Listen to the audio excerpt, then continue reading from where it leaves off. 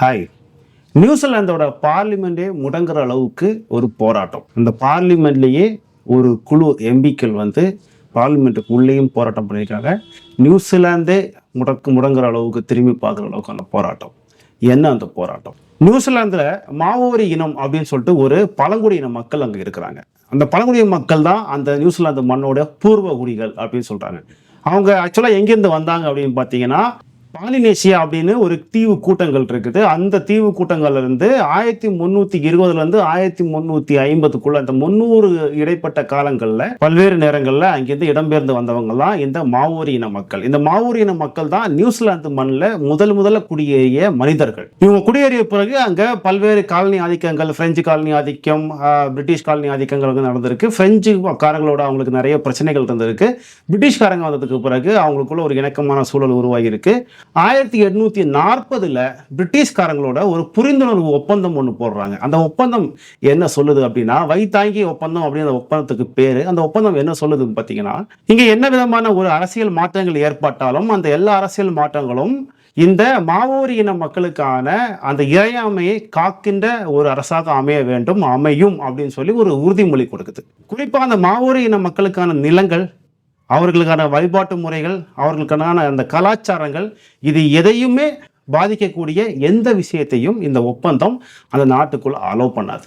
இத்தனை ஆண்டு காலமாக ஒரு வளர்ந்த நாடாக இருக்கக்கூடிய நியூசிலாந்து, இந்தியாலாம் பார்த்தீங்கன்னா வளரும் நாடு, அது நியூசிலாந்து வந்து வளர்ந்த நாடு. அந்த வளர்ந்த நாடாக இருக்கக்கூடிய நியூசிலாந்தில் எல்லா விதமான விஷயங்களும் வந்து சரிபாதியாக பங்கீடு கொடுப்பதற்கு இந்த வைத்தாங்கி ஒப்பந்தம் அப்படிங்கிறது ரொம்ப முக்கியமான விஷயமா இருக்குது. அங்கே இந்த மாவோரி பழங்குடியினருக்கு சில ப்ரிவிலேஜஸ் இருக்குது. எப்படி நம்ம இந்தியாவில் வந்து காஷ்மீருக்கு இருந்த ஒரு ப்ரிவிலேஜ், காஷ்மீரில் போய் நம்ம போய் அவங்க நிலம் வாங்க முடியாது. அவர்களுடைய கலாச்சாரத்தை பாதுகாக்க அங்கே ஒரு தனியான ஒரு சட்டம் இருந்துச்சு.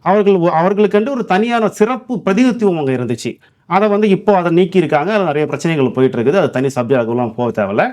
இந்த மாவோரின மக்களுக்கான இந்த வைத்தாங்கி ஒப்பந்தமும் கிட்டத்தட்ட காஷ்மீர் அந்த ஒப்பந்தத்தை மாதிரி தான். காஷ்மீர் எப்படி இந்தியாவோட இணையும் போது ஒப்பந்தம் போட்டாங்களோ கிட்டத்தட்ட அதே மாதிரியான ஒப்பந்தம் தான்.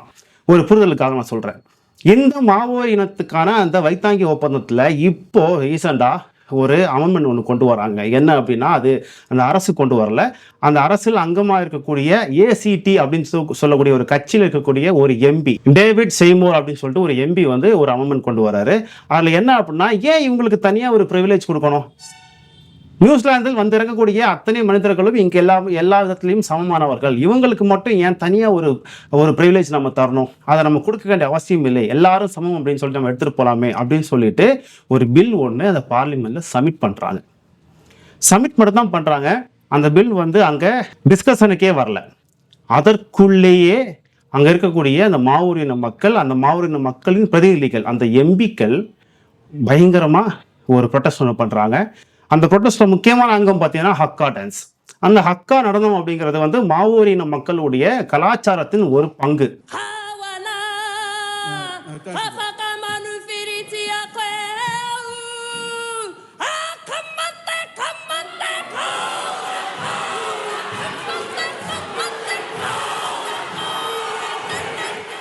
எப்பெல்லாம் ஹக்கா நடனம் ஆடுவாங்க அப்படின்னா, முன் காலத்துலலாம் போருக்கு போகும்போது ஆடுவாங்க.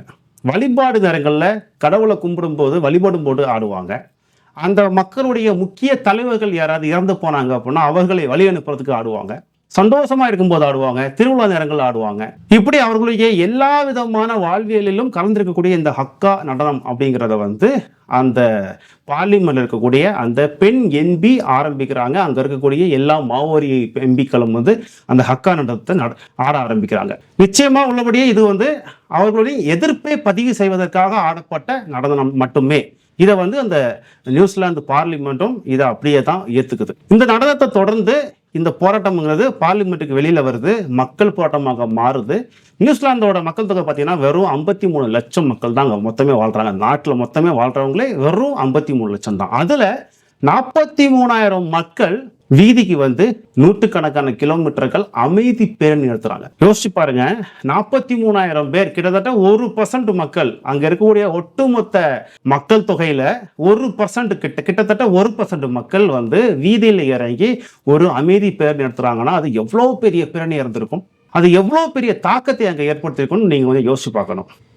இந்த பேரணி நேரா பார்லிமெண்ட் நோக்கி போகுது. பார்லிமெண்ட்டை சுத்தி அந்த மக்கள் அமைதியாக இருந்து அவர்களுடைய எதிர்ப்பை பதிவு செய்துவிட்டு கலைந்து செல்கிறார்கள்.